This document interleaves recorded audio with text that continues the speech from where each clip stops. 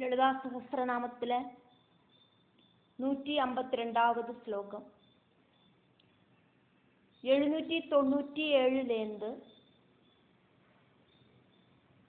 805 வரைக்கும் 9 நாமங்களாக்கும் இந்த ஸ்லோகத்தில் இருக்கு.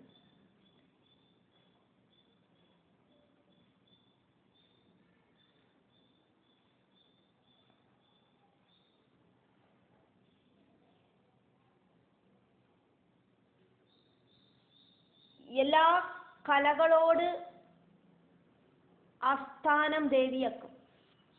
ഷോഡശ കലകളോട് ആസ്ഥാനം ദേവിയാക്കും. கலகள் அப்படிங்கிறது இங்க சந்திரனோடு விருத்தி க்ஷயங்கள்.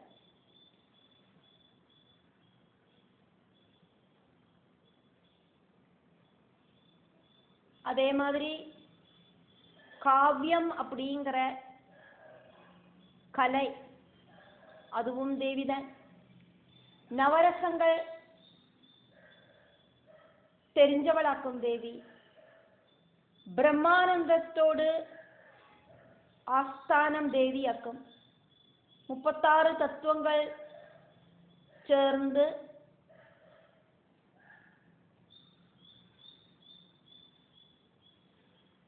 புஷ்டமான சரீரம் இருக்கிற தேவி. பிரபஞ்சத்தோடு உற்பத்திக்கு முன்னாலேயும் தேவி இருக்கா. பூஜிக்கிறதுக்கு யோக்கியதையுள்ளவளாக்கும் தேவி. புஷ்கர தீர்த்த ஸ்வரூபமா இருக்கிற தேவி. தாமர இதழ் மாதிரி கண்கள் இருக்கிற தாமர கன்னியா இருக்கிற தேவி. இப்படி எல்லாமாக்கும் வாக்தேவிகள் தேவிய ஸ்துதிக்கிறான்.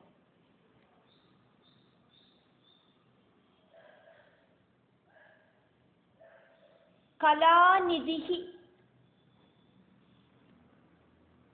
கலாநிதி அங்க நீட்டாம வேணும் அந்த ஸ்லோகத்தை, அந்த நாமத்தை சொல்றதுக்கு. காரணம் விசர்க்கம் இருக்கிறதுனால. கலாநிதிஹி காவிய கலா ரசஞா ரச சேவதிஹி. அங்கேயும் நாமத்துக்கு அப்புறம் விசர்க்கம் இருக்கிறதுனால அங்க நீட்டாம வேணும் அந்த நாமத்தை சொல்றதுக்கு. ரசசேவதிஹி புஷ்டா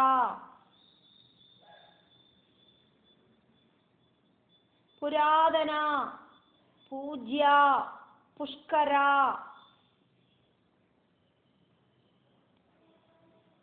புஷ்கர ஈட்சணா அதாக்கும் புஷ்கரேட்சணா அப்படின்னு ஆனது.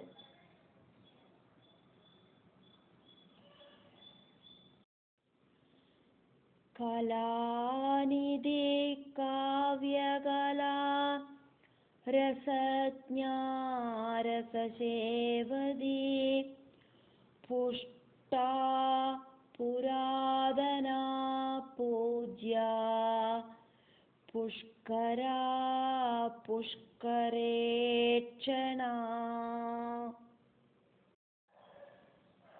797வது நாமம் 4 அக்ஷரங்களோடு கூடின நாமமாக்கும் இது. இந்த நாமத்தோடு கடைசியில நீட்டாம வேணும் சொல்றதுக்கு. காரணம் அங்க விசர்க்கம் இருக்கு. கலாநிதிஹி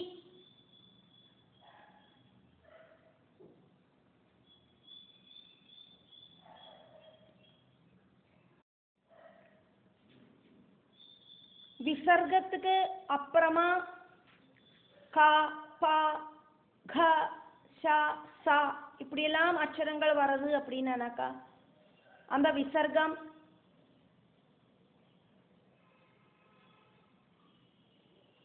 இர் ஆயிட்டு,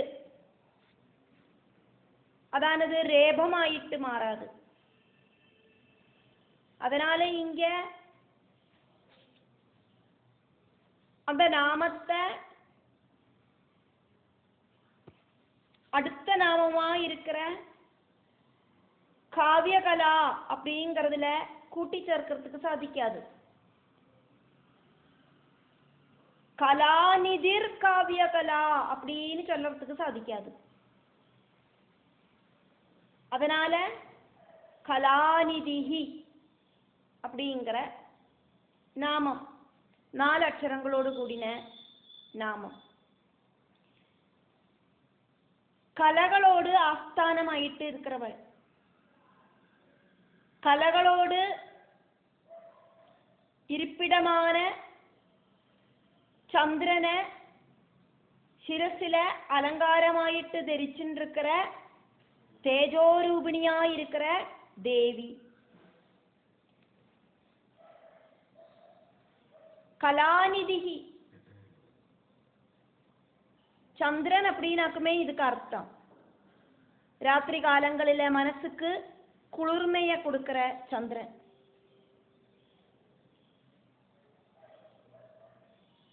ஜாதகத்துல இருக்கிற கிரக நிலையில மனசோடு காரகனாக்கும் சந்திரன்.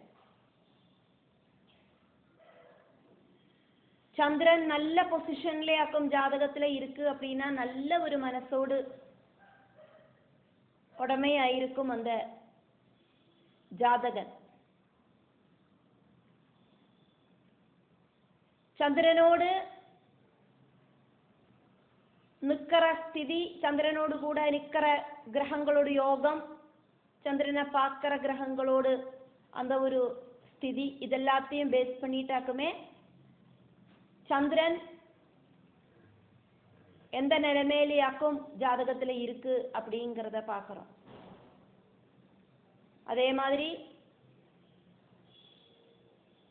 தேய்பிறை சந்திரனாக்குமா, வளர்பிறை சந்திரனாக்குமா இப்படின்னு எல்லாமே பார்க்கிறோம். அது இந்த சந்திரனோடு கலகல வச்சுட்டாக்கும் பார்க்கிறோம். அமாவாசையிலேருந்து பௌர்ணமி வரைக்கும் வளர்பிறை சந்திரன், சுக்லபட்ச சந்திரன். பௌர்ணமியிலேருந்து அமாவாசை வரைக்கும் தேய்பிறை சந்திரன், கிருஷ்ணபட்ச சந்திரன்.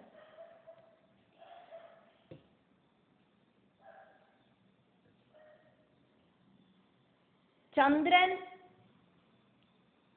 நமக்கு ராத்திரி பார்த்தானா வானத்துல நன்னா தெரியும், அமாவாசையை தவிர பாக்கி நாள்களில்.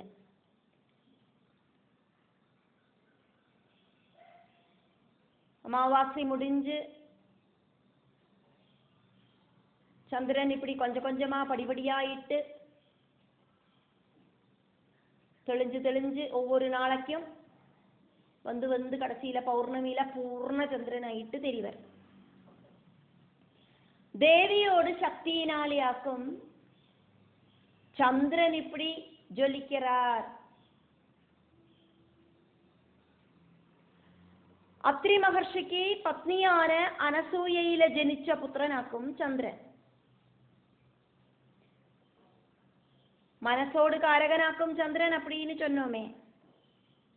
விகாரங்கள் அப்படிங்கிறது உண்டாகிறது மனசிலே உண்டாக்குமே. ஆக்ரகங்களை உண்டாக்குற தேவி, ஆக்ரகங்களுக்கு காரணமான தேவி, காமரூபிணியா இருக்கிற தேவி, ஆக்ரகங்களே ஆன தேவி. சந்திரன் வழியா கலாநிதி ஆயிட்டு உயிரினங்களோட மனசுல ஆக்ரகங்களை சிருஷ்டிக்கிறா.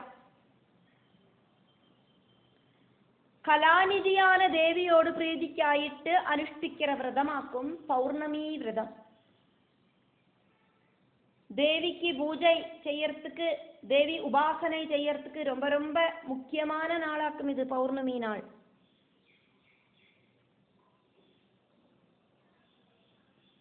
பௌர்ணமி நாளில விரதமிருந்து தேவி க்ஷேத்திரங்களை தரிசிச்சானா ரொம்ப ரொம்ப சிரேஷ்டம். தேவி பாகவதம், லலிதா சகஸ்ரநாமம்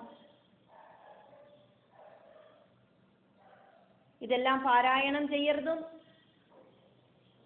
சகஸ்ரநாம அர்ச்சனை பண்றதும் எல்லாம் அதிவிசேஷம். பௌர்ணமி விரதத்தை அனுஷ்டிக்கிறவாளுக்கு மனசுக்கான சக்தியும் அதே மாதிரி சம்பத்து அப்படிங்கிற சக்தியும் தேவி கொடுப்பாள்.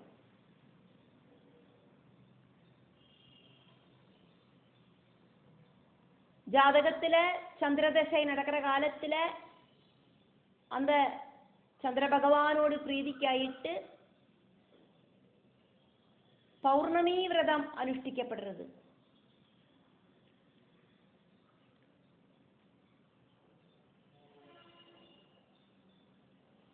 பல கிரந்தங்களிலேந்தும் കളക്ട് ചെയ്യற விஷயங்களையாக்குமே இங்கே கோத்து சொல்லப்படுறது. ஒவ்வொரு விஷயங்களிலேயும்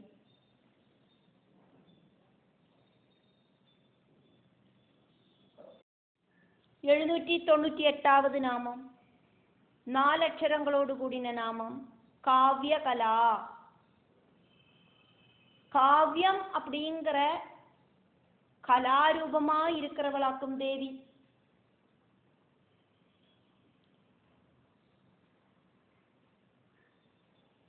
காவ்யன் அப்படிங்கிறது சுக்கராச்சாரியரோடு பேரும் கூடியாக்கும். சுக்கராச்சாரியரோடு கலை அதானது மிருதசஞ்சீவினி வித்யாயிருக்கிறவளாக்கும் தேவி.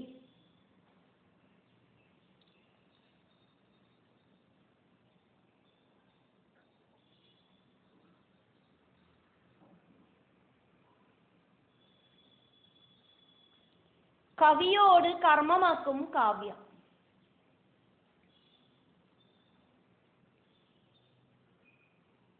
പൂർവജന്മത്തിലെ നമ്മൾ செஞ்சிருக்கிற கர்மங்களோடு கண்டினியூவேஷன் ஆயிட்டாக்கும் இந்த ஜென்மத்தில் நம்மளோட கர்மங்கள் நடக்கும்.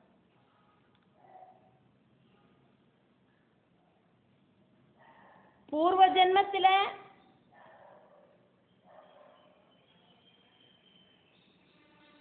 காவ்யம் அப்படிங்கிற வாசனாகுணம் நமக்கு இருந்தானாக்கா அப்படி கர்மம் பூர்வ ஜென்மத்தில் செஞ்சவாள காவியகலையான தேவி അനുഗ്രഹിക്കർത്തയാക്കും. இந்த ജന്മത്തില പൂർവജന്മ വാസനയായിട്ട് அந்த காவியம் எழுதுற டாலண்ட் உண்டாகிறது. ஏதொரு விஷயமும் அப்படிதான்.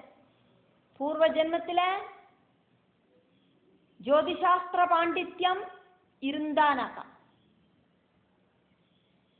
பூர்வ ஜென்ம வாசனையால தேவி இந்த ஜென்மத்திலையும் அந்த ஒரு எபிலிட்டியை கொடுப்பள். பூர்வ ஜென்மத்தில் பகவான் விஷ்ணுவை கூப்பிட்டிருந்தானாக்கா நாராயண நாராயணா அப்படிங்கிற ஒரு நாமம் ஜபிச்சிருந்தானா அந்த பூர்வ ஜென்ம வாசனையால இந்த ஜென்மத்திலையும் நாராயண நாமம் ஜபிக்கிறதுக்கான சிச்சுவேஷனை தேவி உண்டாக்குவள். നാരായണ നാമംന്ന് മാത്രമല്ല എന്ത ഒരു ഭഗവാനെ നമ്മൾ നനച്ച് ഭഗവാനെ കൂപ്പിട്ടിരുന്നാലും இந்த ജന്മത്തിലെ ഭഗവത് സ്മൃതി ഉണ്ടാകും. அந்த ஞாபகம் அப்படிங்கிற சக்தியை நமக்கு கொடுக்கிறது தேவியாக்குமே.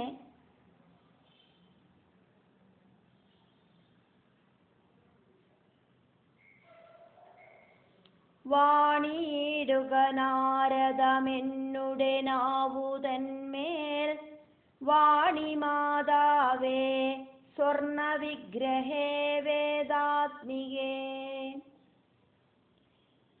കാവ്യകലാദേവിയാണ് സരസ്വതി ദേവിയെ രാമായണത്തിലെ കിളിപ്പാട്ടില് എഴുത്തച്ഛൻ നനച്ചത് ഇപ്പടിയാ ഇരുന്നത്.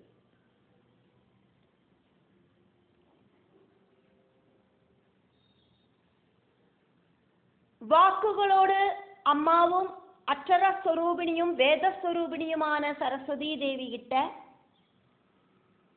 തന്നോട് നാവില സാന്നിധ്യമായിട്ട് இருக்கிறதுக்கு எழுத்தച്ഛൻ പ്രാർത്ഥിக்கிறார்.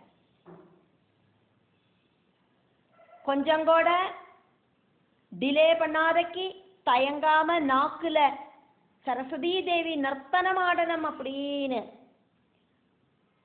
சந்திரமுகியா இருக்கிற வாக்தேவி கிட்ட ரிக்வெஸ்ட் பண்றார். எப்படியாக்குமோ பரமசிவன் பிரம்மாவோடு முகத்துல அதிவசிக்கிறார். பிரம்மாவோடு புரிகக்கொடிகளுக்கு நடுவிலேந்தாக்குமே ஸ்ரீருத்ரன் உண்டானது. அதே மாதிரி பிரம்மாவோடு முககமலத்துல அதிவசிக்கிற சரஸ்வதி தேவி கிட்ட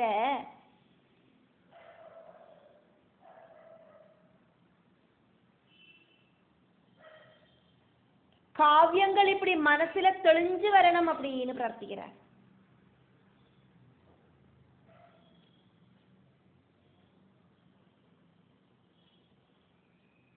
ബാലകാണ്ഡത്തിലെയാക്കും ഇത് നമുക്ക് പാക്കറത്തുക്ക് സാധിക്കും. 799வது നാമം 3 അക്ഷരങ്ങളോട് കൂടിയ നാമം രസജ്ഞ.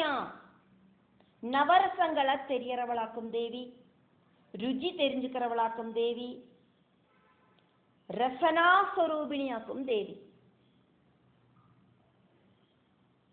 ருச்சி தெரிஞ்சுக்கிறதுக்கான அவயவமாக்கும் நாக்கு. அந்த நாக்கு வழியா நம்ம தெரிஞ்சுக்கிற ருச்சி டேஸ்ட் அதனோட சொரூபமா இருக்கிறது தேவியாக்கும். தேவியோட சக்தி இல்லைன்னா நாக்கால ருச்சி தெரிஞ்சுக்கிறதுக்கு சாதிக்காது.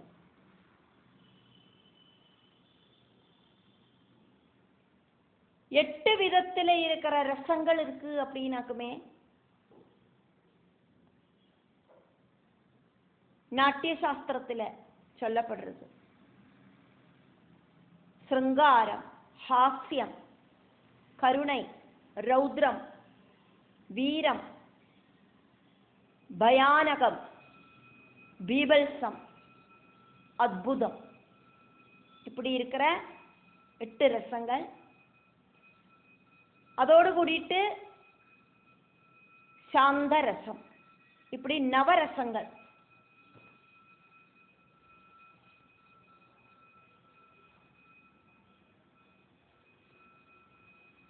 சாந்தரசம் அப்படிங்கிறது எப்பவும் நமக்கு உண்டாகணும் அப்படின்னாக்கும் பகவான் கிட்ட நம்ம பிரார்த்திக்கணும். மனசு சொஸ்தமானாதான் இந்த நவரசங்களில சாந்தரசம் அப்படிங்கிறது நமக்கு உண்டாகும்.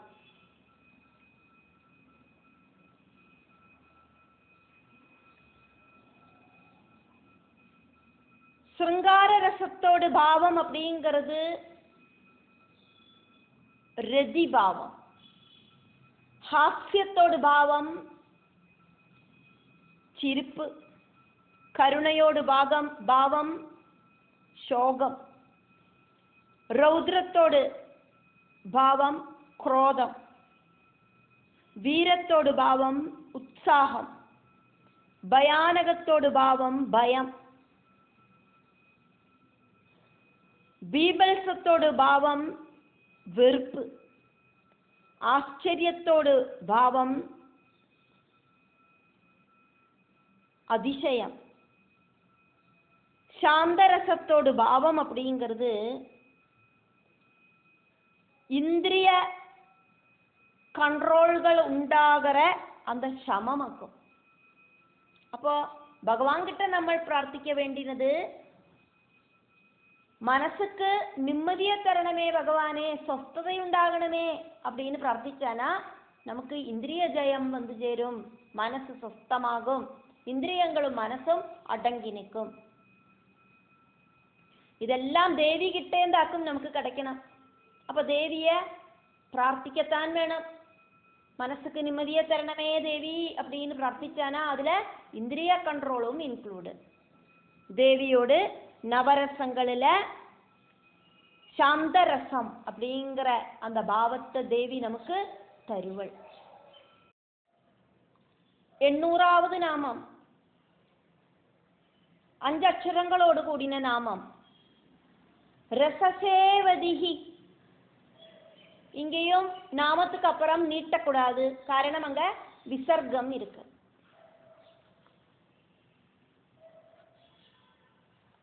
ரசசேவதிர் அப்படின்னு அடுத்த நாமத்தோடு கூடி கனெக்ட் செய்யறதுக்கும் சாதிக்காது, காரணம் விசர்க்கத்துக்கு அப்புறம் வந்திருக்கிறது புஷ்டா அப்படிங்கிற நாமமாக்கும். க ப க ச இப்படி இருக்கிற அக்ஷரங்கள் விசர்க்கத்துக்கு அப்புறம் வந்தானா அந்த விசர்க்கம் ஆயிட்டு மாறாது. அதனால இங்க ரசசேவதிகி அப்படிங்கிற நாமம் தனியா நிக்கிறது. அது அடுத்த நாமத்தோட கூட்டி சேர்த்து சொல்றதுக்கு சாதிக்காது. ரசத்துக்கு இருப்பிடமா இருக்கிறவள், இருக்கிறதுலயே டாப் மோஸ்ட் ரசமாக்குமே பிரம்மானந்த ரசம். அந்த பிரம்மானந்த ரசத்தோடு நிதி ஆயிட்டு இருக்கிறவளாக்கும் தேவி. ரசமா இருக்கிற சேவதிகி, சேவதிகி அப்படின்னாக்கா நிதி, சம்பத்து.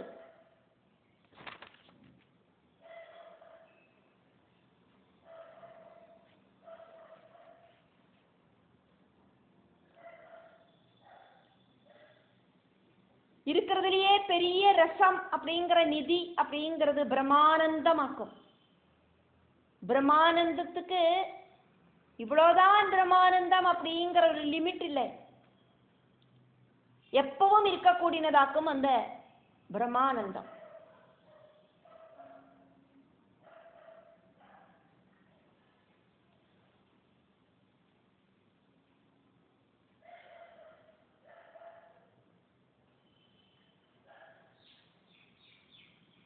தைத்திரிய உபனிஷத்துல இருக்கிற ஒரு அனுவாகம்.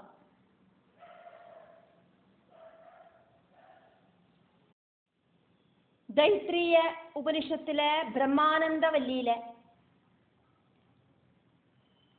7வது അനുവാദത്തില ഇത് നന്നാ ഡീറ്റെയിൽ ആയിട്ട് എടുത്ത് ചൊല്ലപ്പെടുறது. അതിനോട് സാരം എന്നവാക്കും அப்படின்னு பார்க்கலாமே.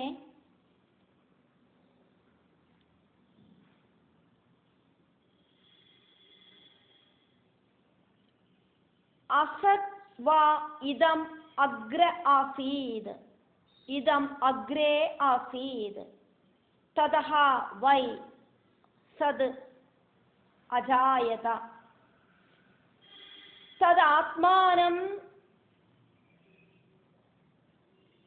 स्वयं अकुरुत, तस्माद् तद्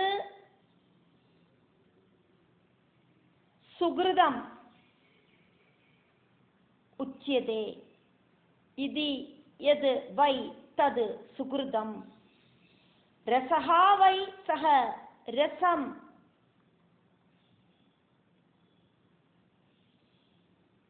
हि एव अयं लब्ध्वा आनन्दी भवति.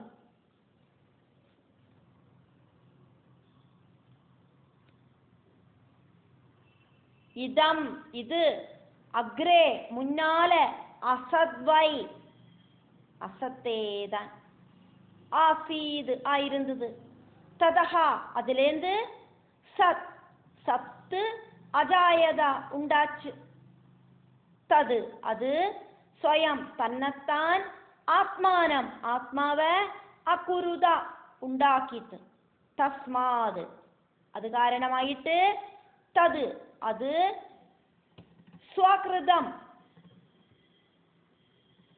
சுக்ருதம் எப்படி வேணாலும் சொல்லலாம். சுக்ருதம் ஸ்வக்ருதம் தன்னைத்தான் உண்டாக்கினது அப்படின்னு உச்சியதே சொல்லப்படுறது.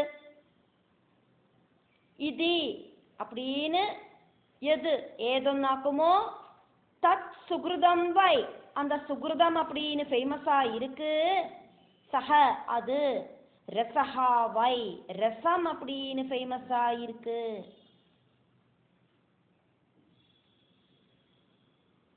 அயம் அந்த ரசம், அவன் அப்படி இல்லைன்னா இவன், அயம் ரசம் லப்துவா ஏவகி ரசத்தை கிடைச்சிட்டாக்குமே, ஆனந்தி பவதி ஆனந்தம் இருக்கிறவனாயிட்டு தீரறான் ஜீவாத்மா.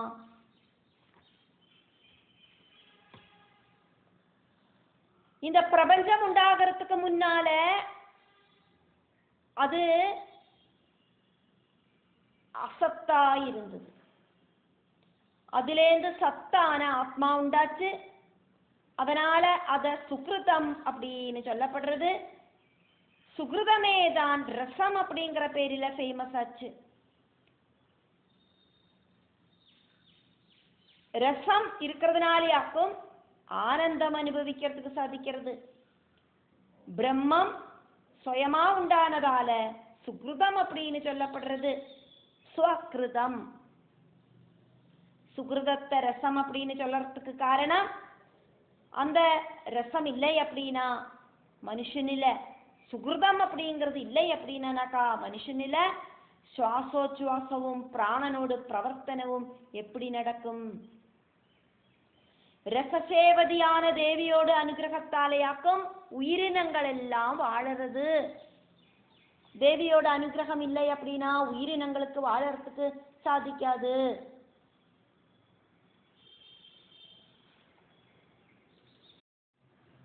எட்நூத்தி ஒன்னாவது நாமம், 2 அக்ஷரங்களோடு கூடின நாமம் புஷ்டா. பிரபஞ்ச ரூபிணியா தேவி இருக்கா, அதனால புஷ்டி இருக்கிறவளாக்கும் தேவி. போஷிக்கப்பட்டவள் அப்படின்னு அர்த்தம். பிரபஞ்சம் அப்படிங்கிறது தேவியோடு சரீரமாக்கும். பிரபஞ்ச தத்துவங்களால தேவி புஷ்டியா இருக்கா.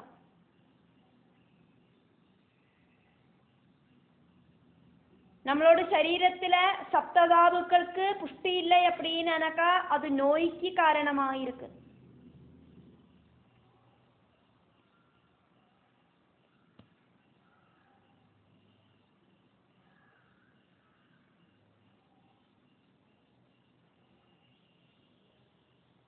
தேவி പൂർണ്ണയാക്കും. പുഷ്ടി പ്രാപിച്ചുണ്ടാക്കും ഇരിക്കാ ദേവി. അതിനാൽ ദേവിക്ക് എന്തവിധ കോട്ടമും ഇല്ല.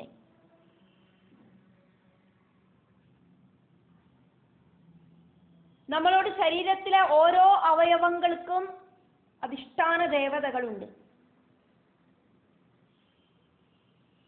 കണ്ണുകളോട് ദേവതയാക്കും സൂര്യൻ.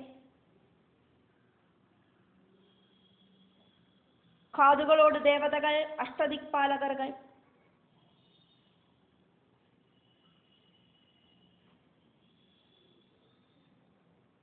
മൂക്കോട് ദേവതകളാക്കും അശ്വിനി കുമാരர்கள்.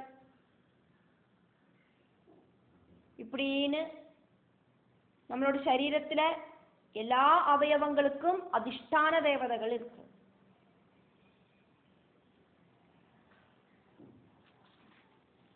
தேவி பரபிரம்ம பட்டமகிஷியாக்கும்.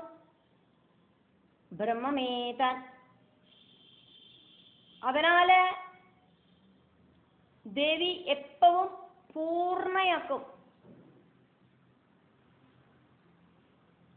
அதனால இங்க புஷ்டா அப்படின்னு வாக்தேவிகள் தேவிய துதிக்கிறா.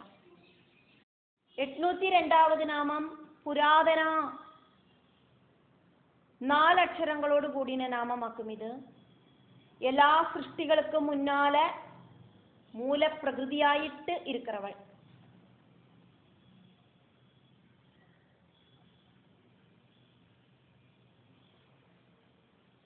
இந்த காலத்தை ஆக்டிவேட் பண்றவள். காலம் உண்டாகிறதுக்கு முன்னால தேவி இருக்கா. அந்த தேவியாக்கும் காலத்தையே உண்டாக்கினா. அதனால தேவி எப்பளாக்கும் ஏது காலத்திலேயாக்கும் உண்டானா அப்படின்னு சொல்றதுக்கு ஆருக்கும் சாதிக்காது. இதுவரைக்கும் சாதிக்கலை, இனியும் சாதிக்காது.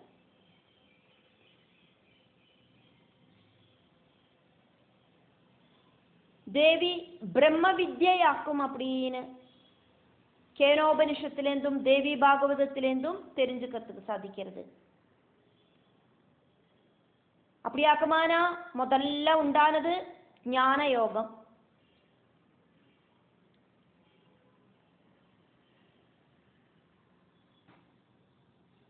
ஞான யோகத்தை சம்பந்திச்சு பகவான் ஸ்ரீகிருஷ்ணன் அர்ஜுனன் கிட்ட உபதேசம் பண்றார்.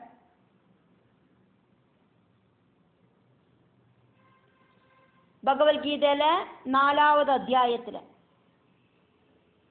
என்னோட பக்தனும் நண்பனுமானதால புராதனமாயிருக்கிற ஞான யோகத்தையாக்கும் நான் உனக்கு இப்போ உபதேசம் பண்ணினேன். காரணம் ஞான யோகம் ரொம்ப ரொம்ப சீக்ரெட்டானதாக்கும் உத்தமமாக்கும். திரிமூர்த்திகளுக்கு சிருஷ்டி ஸ்திதி சம்ஹாரம் நடத்துறதுக்கான சக்தி பராசக்தியாக்கும் கொடுத்தா அப்படின்னு தேவி பாகவதத்துல 3ய ஸ்கந்தத்துல சொல்லப்பட்டிருக்கு.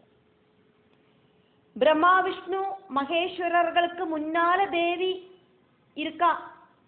அதனாலேயாக்குமே தேவியோட இன்ஸ்ட்ரக்ஷன் படி அவ நடக்கிறா. திரிமூர்த்திகளை விட புராதனமாயிட்டு இருக்கிறவளாக்கும் தேவி. பிரபஞ்சம் உண்டாகிறதுக்கு முன்னாலேயே ஞான சக்தி, கிரியாசக்தி, இச்சாசக்தி இப்படி இருக்கிற சக்தி பாவங்களில் தேவி இருக்கா. அதனாலேயே தேவிய புராதனா அப்படின்னு வாக்தேவிகள் கூப்பிடுறா. 4 அக்ஷரங்களோடு கூடின நாமமாக்குமே இது. புராதனா அப்படின்னு நீட்டி முழக்கியாக்கும் வாக்தேவிகள் தேவிய கூப்பிடுறா. 803வது நாமம் பூஜ்யா. 2 அக்ஷரங்களோடு கூடின நாமமாக்கும் இது.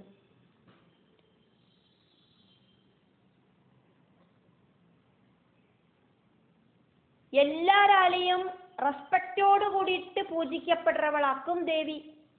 அதுக்கான அர்ஹதை இருக்கிறவளாக்கும் தேவி. திரிமூர்த்திகளாலேயும்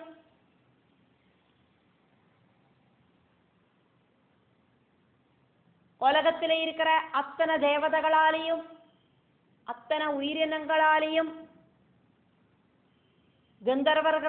கந்தர்வர்களாலேயும் கிண்ணறர்களாலேயும் யட்சர்களாலேயும் ராட்சசர்களாலேயும் மனுஷாள்களாலேயும் தேவ கந்தர்வர்களாலேயும் இப்படின்னு எல்லாராலையும் பூஜிக்கப்படுறதுக்கு அர்ஹதை இருக்கிறவளாக்கும் தேவி. எல்லாருக்கும் இந்த பிரபஞ்சத்துக்குள்ள இருக்கிற அத்தனை பேருக்கும் அசயனமான தேவியோடு சக்தி வேணும். எல்லாருக்கும் சலன சக்தியை கொடுக்கறது தேவியாக்கும். அதனால எல்லாரும் தேவிய ரெஸ்பெக்டோடு கூடிட்டு ஆராதிக்கிறார். பிரம்மா விஷ்ணு ருத்ரர்களாயிருக்கிற திரிமூர்த்திகள் தேவியோடு பாதத்துல விழுந்து கிடக்கா.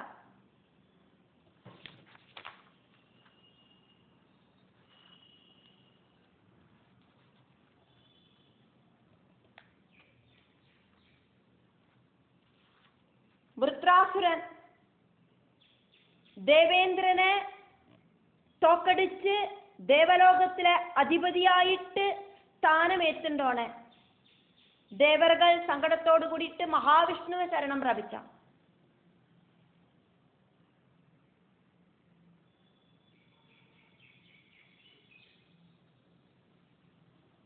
தொலைஞ்சு போன ஸ்தானம் திரும்ப கிடைக்கிறதுக்கு ஆதிபராசக்தியா இருக்கிற ஜெகதம்பிகைய வழிபடுறதுக்கு மகாவிஷ்ணு தேவர்கள் கிட்ட உபதேசம் பண்ணினார். யோகிகளுக்கு மட்டும் தெரிஞ்சுக்கிறதுக்கு சாதிக்கிற தேவி, சத்குண ஸ்வரூபியா இருக்கிற தேவி, பிரபஞ்சத்திலே இருக்கிற அர்த்தார்த்த காமார்த்த தர்மார்த்த மோட்சங்களையும் பிரபஞ்சத்துக்கு அப்பாற்பட்ட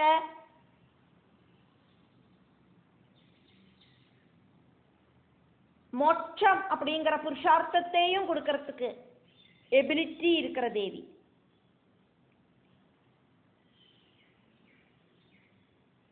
மதுகைடவர்களை வதிக்கிறதுக்கான சக்தி பராசக்தியாக்கும் விஷ்ணுவுக்கு கொடுத்தது அப்படின்னு விஷ்ணு தேவர்கள் கிட்ட எடுத்து சொன்னார்.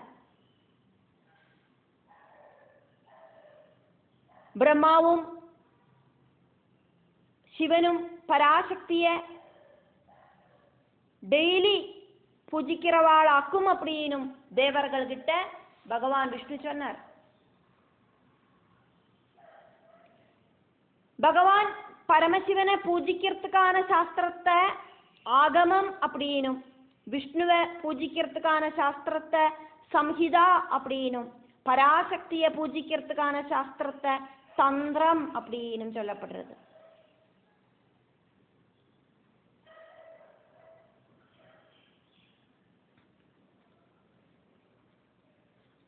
பூஜிக்கிறதுக்கு அர்ஹதை இருக்கிறவளாக்கும் தேவி. 804வது நாமம் புஷ்கரா. 3 அக்ஷரங்களோடு கூடின நாமம். பக்தர்களுக்கு புஷ்டியை கொடுக்கிறவள், சௌபாகியத்தை கொடுக்கிறவள், பரிபூர்ணமாயிருக்கிறவளாக்கும் தேவி. புஷ்கரம் ஜனனா தாமரை அப்படின்னு அர்த்தம் இருக்கு. அப்போ தாமரை மாதிரி சாஃப்டான சரீரம் இருக்கிறவள் தேவி. தேவியோட கண்கள் அப்படின்னு பார்த்தானா தாமரை கண்களாக்கும் தேவிக்குள்ளது. தாமரை மாதிரி கண்கள், தாமரை கண்ணி. புஷ்கரம் அப்படின்னா வானம் அப்படின்னு அர்த்தம் இருக்கு. ஆகாசம் மாதிரி எல்லா இடத்துலயும் ரொம்பி வழிஞ்சு நிற்கிறவள்.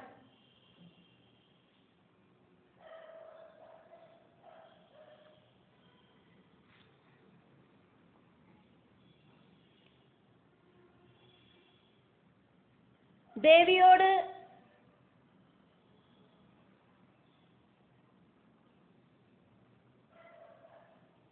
എണ്ണൂറ്റി ഒന്നാമത് നാമത്തെ നമ്മൾ பார்த்ததாக்குமே புஷ்டா. புஷ்டையான தேவிக்கு பக்தர்களை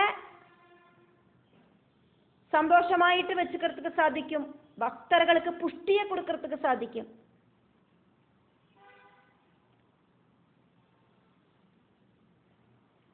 புஷ்கரம் அப்படின்னாக்கா நீலத்தாமரை, செந்தாமரை இப்படிங்கிற அர்த்தம் எல்லாம் இருக்கு. நீலத்தாமரை மாதிரி, செந்தாமரை மாதிரி ஜொலிச்சு நிற்கிற தேவி அப்படிங்கிற அர்த்தத்துல இந்த பிரபஞ்சத்துல இருக்கிற பொருளாக்குமே தாமரை. இப்ப நமக்கு தெரிஞ்ச ஒரு விஷயத்தால அங்க ஒரு வர்ணனை. புஷ்கர தீர்த்தம் புண்ணிய தீர்த்த நதியாக்கும். அந்த புஷ்கர தீர்த்த நதியாயிட்டும் தேவி இருக்கா. பகவான் ஸ்ரீகிருஷ்ணன் புஷ்கர தீர்த்தத்துல ஸ்நானம் பண்ணியிருக்கார்.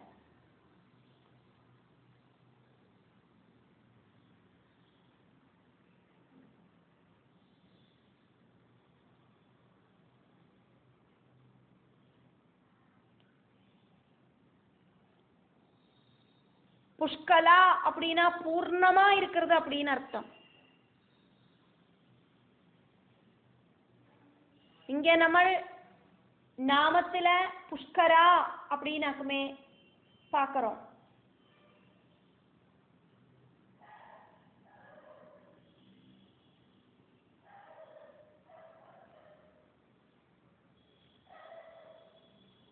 புஷ்கரா அப்படின்னும் புஷ்கலா அப்படின்னும்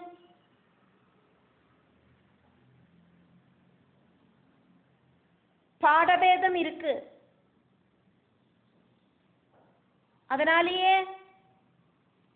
புஷ்கரா அப்படிங்கிற நாமத்தை ஒரு சில புக்கில புஷ்கலா அப்படின்னும் சொல்லப்படுறது. புஷ்கலா அப்படின்னா பூர்ணமா இருக்கிறது அப்படின்னு அர்த்தம். எல்லா கலைகளும் பூர்ணமா இருக்கிற பௌர்ணமியா இருக்கா தேவி, சம்பூர்ணையா இருக்கா. மகாவிஷ்ணுவோடு அவதாரமா இருக்கிற மோகினி, அந்த மோகினியும் பரமசிவனும் திருவிளையாடல் நடத்தியாக்குமே தர்மசாஸ்தா அவதரிச்சார். தர்மசாஸ்தாவோடு பத்னியோடு பேரு புஷ்கலா தேவியாக்கும். பூர்ணா புஷ்கலா இப்படின்னு 2 மனைவிகள் தர்மசாஸ்தாவுக்கு.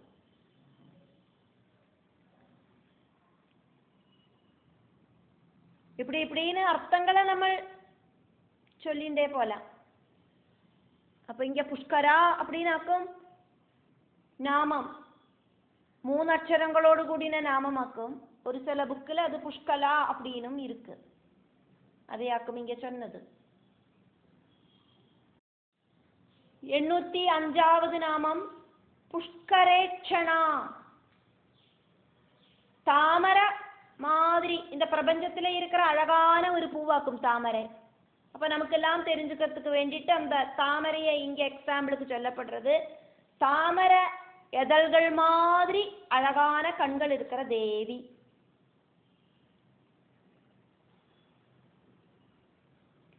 புஷ்கர யோகம் அப்படிங்கிற கிரகஸ்திதியில சூரிய சந்திரர்கள் தம்மில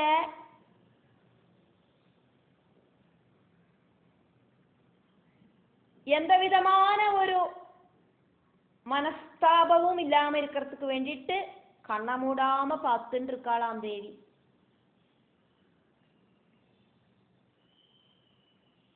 இந்த உலகத்தோடு சிம்போலா இருக்கிற தாமரை, அந்த தாமரை மகாவிஷ்ணுவோடு நாபிலேந்து உண்டான தாமரை. அந்த தாமரை விரியறத பார்த்துட்டு இருக்கார அந்த தேவி.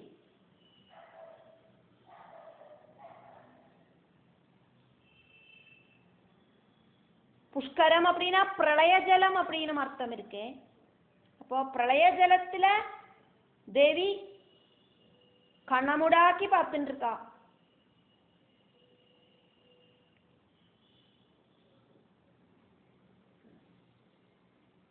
புஷ்கரம் ஈட்சணம் இது ரெண்டும் கூடி சேர்ந்தாக்கும் புஷ்கரேட்சணம் அப்படிங்கிற நாமம் உண்டாச்சு. கண்கள் வழியா புஷ்டிய கொடுக்கிறவள். பக்தர்களை தேவி தன்னோட கடக்கன் பார்வையால பார்த்து அனுகிரகிப்பள்.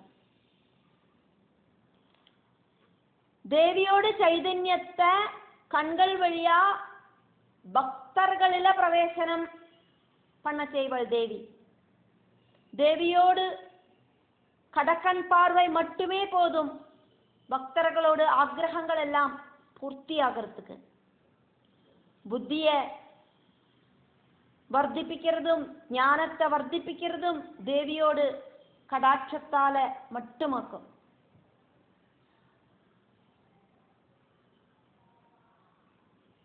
വിശാഖ നക്ഷത്രത്തോട് കൂടിയിട്ട് സൂര്യനും കാർത്തിക നക്ഷത്രത്തോട് കൂടിയിട്ട് ചന്ദ്രനും ഒരേ ടൈമില് ஜாதகத்துல வந்தானா ஜாதகனுக்கு புஷ்கர யோகம் இருக்கு அப்படின்னு சொல்லலாம். சூரியனும் சந்திரனும் அப்படி யோகமாயிட்டு நிக்கிற சமயத்துல கலகம் அப்படிங்கிறது உண்டாகும்.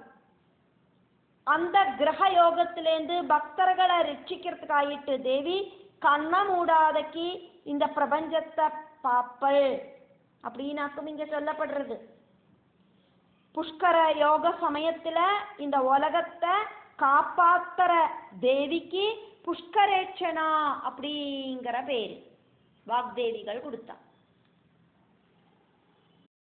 5 அக்ஷரங்களோடு கூடின நாமமாக்கும் புஷ்கரேட்சணா.